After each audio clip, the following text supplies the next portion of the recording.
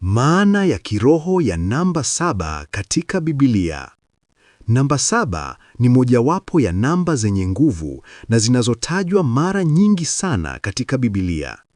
Inawakilisha ukamilifu wa kiungu, utimilifu na ukamilifu wa kiroho. Kila namba 7 inapoonekana katika maandiko, inaashiria kwamba kazi ya Mungu imekamilika, ni kamilifu na iko sawasawa na mpango wake wa kiungu. 1. Uumbaji mkamilifu wa Mungu. Tangu mwanzo kabisa, Mungu aliweka mpangilio.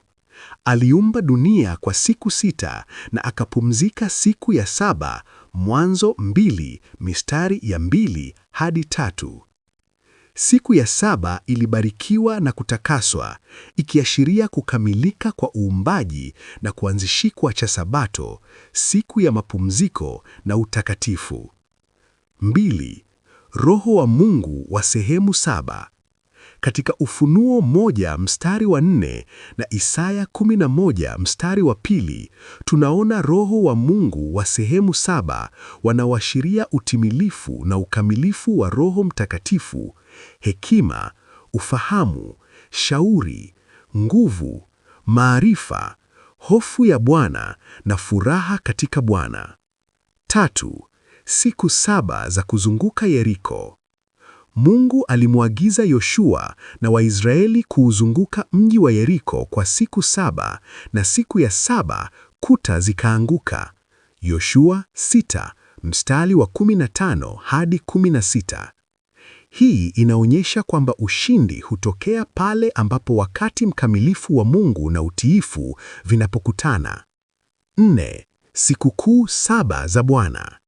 Katika Mambo ya Walawi 23, Mungu aliweka sikukuu 7 kwa Israeli, kila moja ikifunulia mpango wake mkamilifu wa kuombozi kupitia Kristo.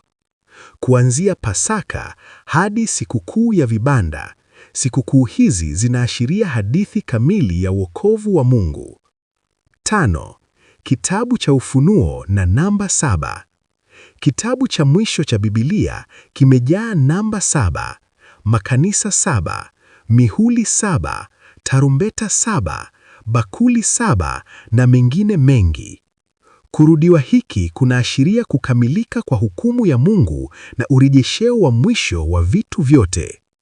Namba 7 inatukumbusha kwamba njia za Mungu ni kamilifu, kazi yake imekamilika na ahadi zake ni za hakika. Unapoiona namba 7 katika maandiko au hata katika maisha yako binafsi, kumbuka, Mungu anatawala na mpango wake unaendelea kwa ukamilifu. Imeandaliwa na Gospelland Onesmo Sweet Channel.